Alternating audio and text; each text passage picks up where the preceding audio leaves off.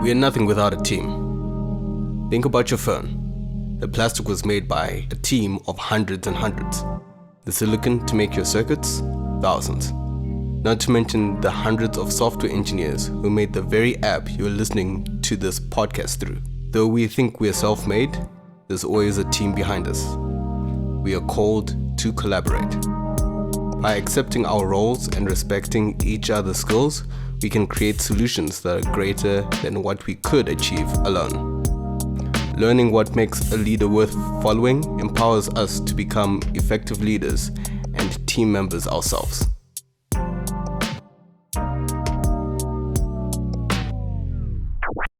Let's define some terms. Collaboration, to offer ideas and perspectives in an effort to find the most optimal solution possible. It also means that we are called to work together, to honor others, and to spur one another on good works. Role, the function one takes responsibility for in a system. And team, a group of people working together to achieve a common goal. Got it? Let's go. Right, I'm a football fan, and as most football fans know it takes a team to win. Coaches, players, even kitmen.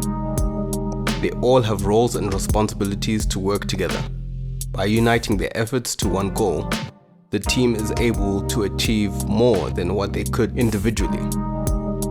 In life, we often find ourselves limited by what we can do on our own.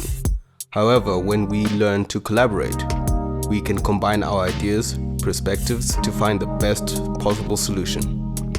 We can do this by creating a culture of collaboration through humble attitudes and character-driven leadership. A great example of this is seen in the life of Jesus. Jesus was humble, stepping out of the glory to be born as a baby. He was selfless, offering himself as a sacrifice. He was also diligent, fulfilling every word and decision with purpose and zeal. These qualities of a good leader and godly worker are the same.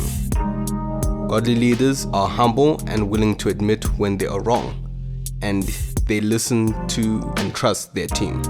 Godly workers are selfless and give their best effort when they don't receive credit.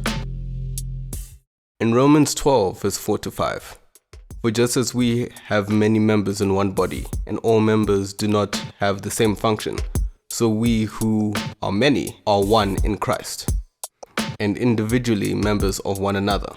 This reminds us that with mutual respect for roles, we can accomplish what is individually impossible. Philippians 2 verse 3, do nothing from selfishness or empty conceit, but with humility of mind, regard one another as more important than yourselves. This verse tells us not to be selfish or try to impress others. Hebrews 10 verse 24-25. And let us consider how to stimulate one another to love and good deeds, not abandoning our own meeting together as the habit of some people, but encouraging one another, and all the more as you see the day draw near. We are called to motivate one another to acts of good works and encourage one another. Let's recap what we learned today. We are called to collaborate, and this is a skill we learn over time. As we grow, we learn to use the gifts God has given us to make a difference and to accomplish the goals we've set. On this journey, we have each other as leaders and followers. By humbly accepting our role and respecting each other's unique skills and perspectives, we can create solutions that are better than anything we could achieve on our own. Learning these qualities of a good leader empowers us to become both effective leaders and team members. So let me leave you with these questions. Can you think of a time you saw these qualities in a good leader or team member in someone else? What did you learn from them?